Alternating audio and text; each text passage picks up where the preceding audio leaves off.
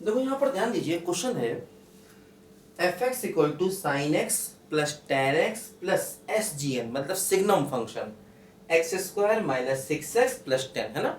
Sine x plus ten X plus S G N X square minus six X plus ten, signum function है।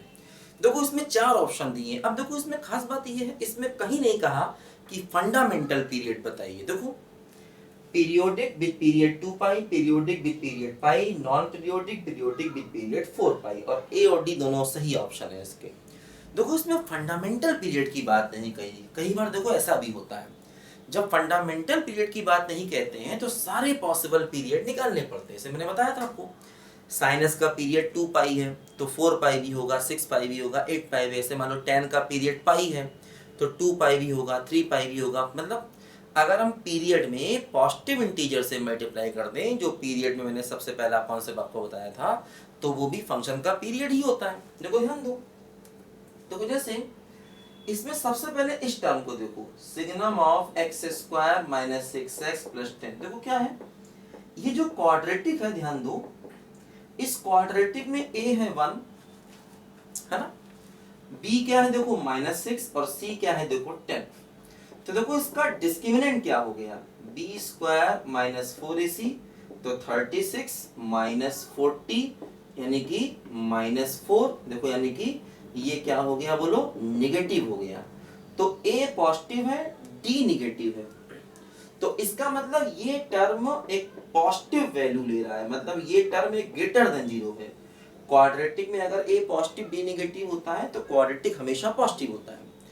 तो अगर ये term positive है तो इसके सिग्नम की वैल्यू देखो हमेशा 1 के बराबर हो जाएगी। ध्यान दो, क्योंकि देखो ये टर्म पॉजिटिव है, जब ये टर्म पॉजिटिव है, देखो जब ये टर्म पॉजिटिव है तो इसके सिग्नम की वैल्यू क्या हो जाएगी, 1 के बराबर। देखो हमारा जो फंक्शन हो गया, देखो ध्यान दो, देखो ये जो हमारा फंक्शन हो गया, देखो ये ऐसा हो गया, f x equal to sine x plus ten x, और देखो इस पूरे की वैल्यू क्या हो गई, 1 के बराबर हो गई, है ना।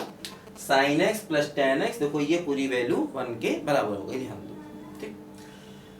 अब देखो ये फंक्शन जैसे है, अब देखो जैसे साइन का पीरियड क्या होता है 2 पाई, टेन का पीरियड क्या होता है पाई, तो दोनों का एलसीएम निकालेंगे, तो एलसीएम कितना हो जाएगा बोलो, 2 पाई हो जाएगा। ध्यान दो, है ना, दोनों का एलसीएम 2 पाई हो जाएगा।